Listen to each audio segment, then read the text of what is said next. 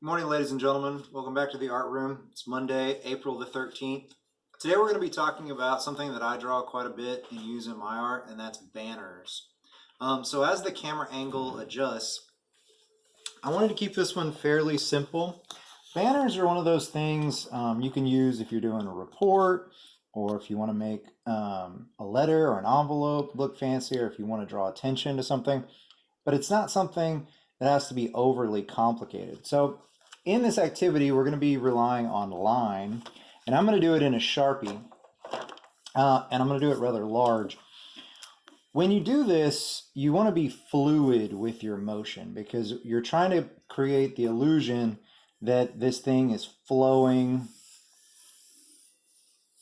and curvy. And if you go real slow, you won't get that. And a lot of times I'll go back and I'll adjust and decide how wide I want it to be. Also, a lot of times I'll add like little notches, like the banner is torn or it's weathered. I'm not going to do that. Maybe I'll do it a little bit on this one. Or I'll make the end of the banner go off the paper. Remember, never assume that the person looking at your art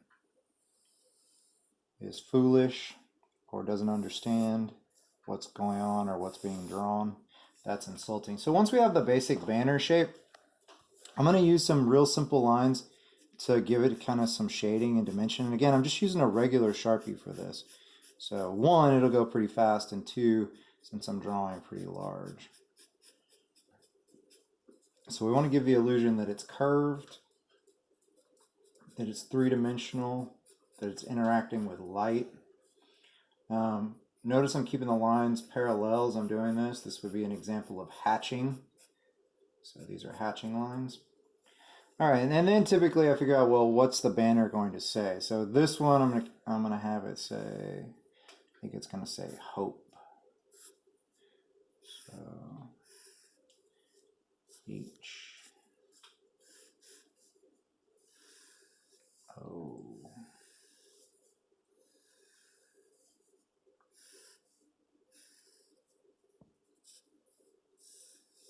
P.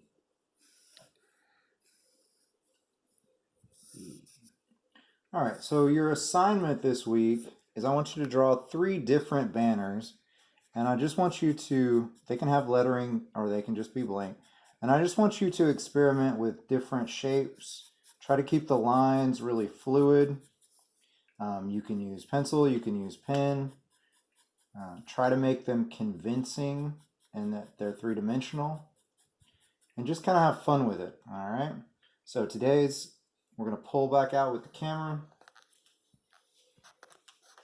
And again, this lesson's on banner and the focus is on fluid line. So keep your pencil sharp, your attitude positive, and I'll see you guys next week.